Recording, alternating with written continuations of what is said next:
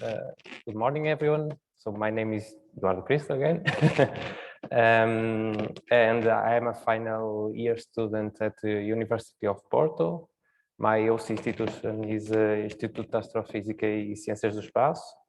And today I will talk about how we can use EPRVs to retrieve transmission spectra of exoplanets. I guess that most of you knows what is the Rossiter-McLaughlin effect, but as it will be important for the next few slides, I will shortly describe it. So when you have a planet transiting a star, if it is rotating, it will block different parts of the stellar disk, and as they have different projected radial velocities, the planet will create an imbalance in these velocities and create an anomaly in the CCF that, when you perform a Gaussian fit, creates an RV anomaly or an RV signal. And what I want to stress out here is that the amplitude of the Rossiter-McLaughlin effect has a strong dependence on the radius of the planet. In 2016, Di Gloria et al.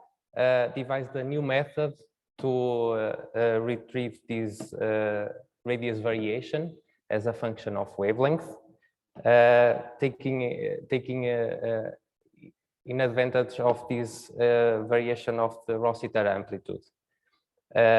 In short, as if the planet has an atmosphere that has a spectral response with wavelength, you want to the differences in scale light will be perceived as a difference in radius, and as such, you have one of the first results at your right. That is the tentative detection of the Rayleigh scattering for HG 1889733b using the ARPS data.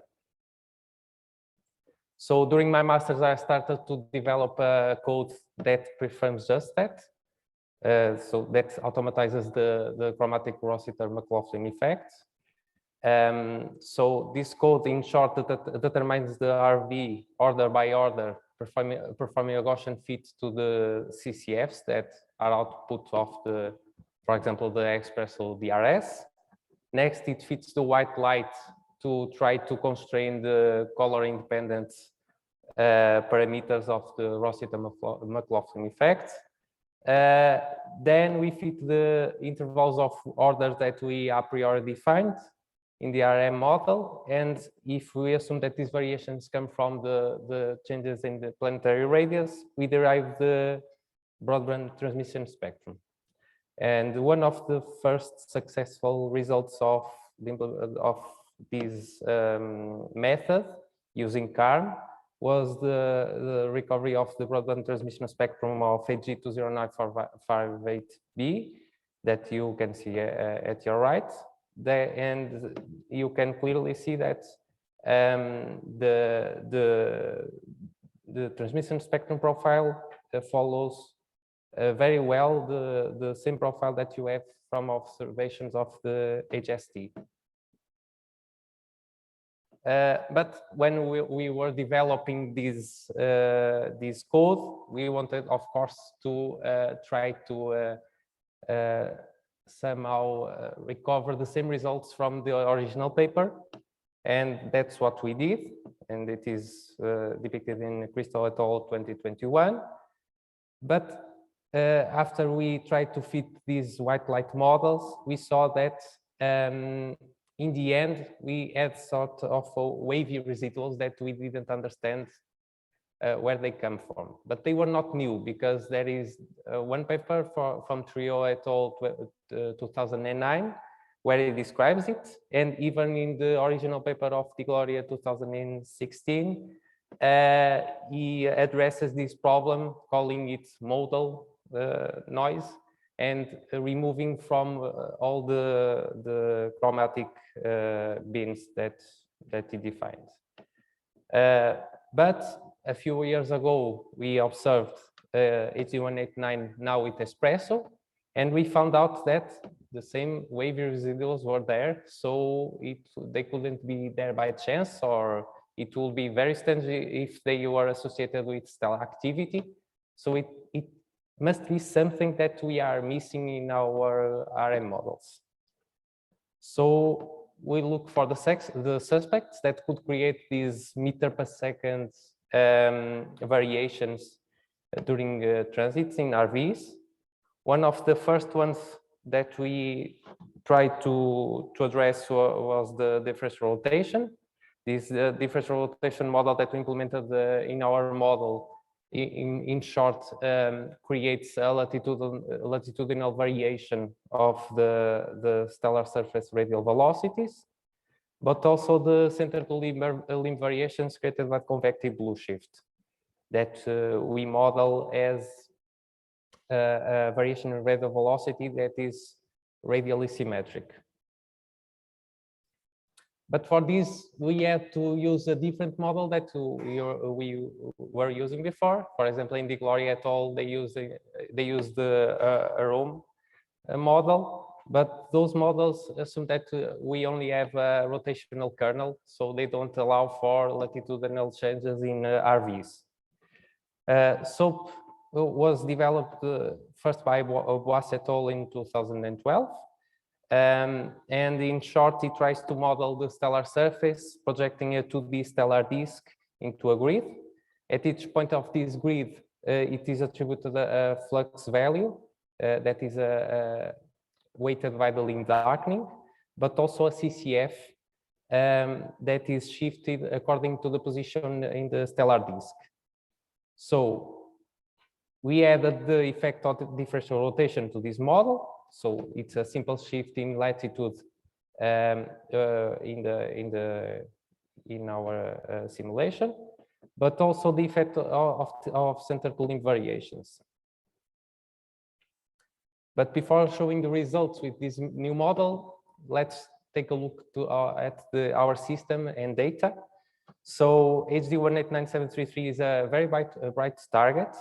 It has a spectral type K2. It is a spectral type K2, and the effective temperature is almost 5,000 degrees. The planet is not Jupiter, with an orbital period of 2.22 days. There we have two transits with ESPRESSO, with an exposure time of 300 seconds, a signal to noise ratio at 580 nanometers of 156 and 167, and an average photon noise of 32 centimeters per second, which is quite good. And here are the results after we updated the model. So you can now compare the average jitter in the residuals after we included these effects. Before we have a jitter, we had a jitter of about 1.1 meters per second after we subtracted best fit model. But now we have something that is closer to 0.7 meters per second, which is a real improvement. But in addition, we also gained information about the stellar surface behind the planet. So we are now able to say what is the differential rotation shear in the stellar disk, and also the amplitude of the convective blue shift. But here we have to be careful, because the model seems to try to tend to go into lower rotation periods, increasing the differential rotation ratio. So from now on we'll try to compare what are the differences between these two retrievals, but they are sort of consistent unless the part of the differential rotation ratio. So to have an idea if these parameters made sense or not, we compare on your left with the results from Living et al. 2021 for the scale relatives factor S. So it's the value of the convective blue shift that we derived over the solar one. And you can see that in red we have our result, and it is very close to the bulk of the distribution that Living et al. Found. In your right, we compare the results that are depicted in Reynolds et al. In 2013 with Segla et al. And Fares et al. And we find a result that is very similar to Fares et al. That use spectropolarimetric data to derive the differential rotation ratio. But we are still compatible with the Segla et al. Results. We can also try to go back and retrieve and visualize this effect in terms of the of radial velocities and recover also the stellar disk maps. And a word of caution again here, because when you have a planet that is well aligned with the star, the effect of differential rotation is very similar in shape to the Rossiter-McLaughlin. So there is a degeneracy here.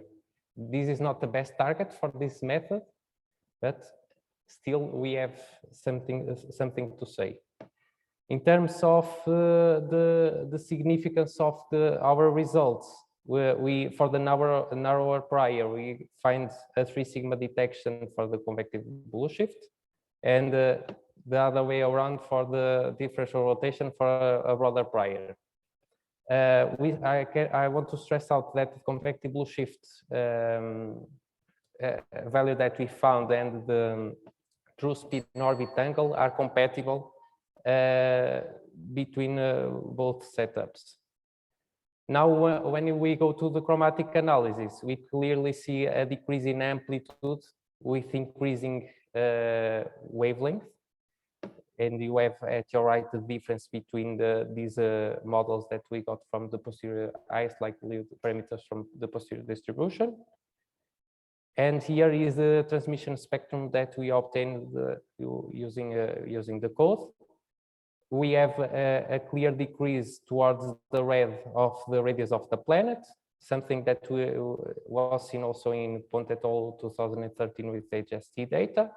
And we compared also with the previous works from Di Gloria and Osha et al. 2020, and they were compatible between retrievals. This decrease in radius with wavelength is commonly associated with scattering. So when the starlight traverses the atmosphere, it absorbs more in the blue than in the red. So at the end, you have a decreasing radius as a function of wavelength. We tried to address the significance of this slope. So here you have two models, one considering scattering and the other a flat model. We modeled this with Platoon. And we found a bias factor of 146 that supports the scattering model. These results will be available on Cristo et al. 2023, hopefully, because the paper is submitted. And as I'm getting out of time, I only want to stress out that it is important for us to try to develop these RM models, because there were several discussions here during the week that we know that, for example, the line profiles in the stellar disk change as a position of that you are in the stellar disk. So we are trying to do just that. So be alert for a new version of SOAP soon that implements these changes. But also we need to understand better how these stellar disks change. And for that, we need a solar telescope, or we need POET in this case. POET will be a solar telescope in Paranal that will be connected with ESPRESSO, and will allow us to do an unprecedented characterization of the stellar disk. If you want to know more about it, you can go to poet.astro.pt or try to, okay, that's it. Yeah. Or try to go to the QR code. Thank you very much.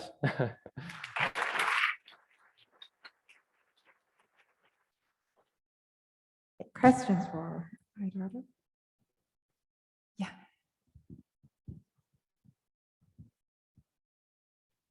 Yeah. Very nice talk, Yeah. but you've been splitting things in coherent wavelength bins, but you could also split in the expected spectrum of the exoplanet, I would say, in a line-by-line manner, but not line-by-line of the star, but line-by-line of the model of the planet itself, to get like a bit like they do in the in transit spectroscopy, Yes. but a receiver version of transit spectroscopy. So have you tried that, or?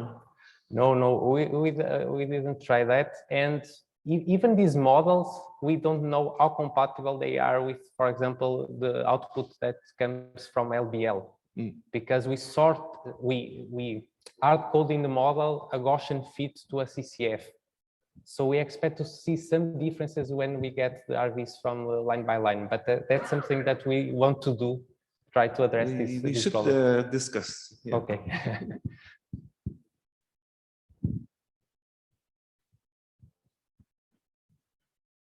All right, if there's no more questions, let's thank the speaker again.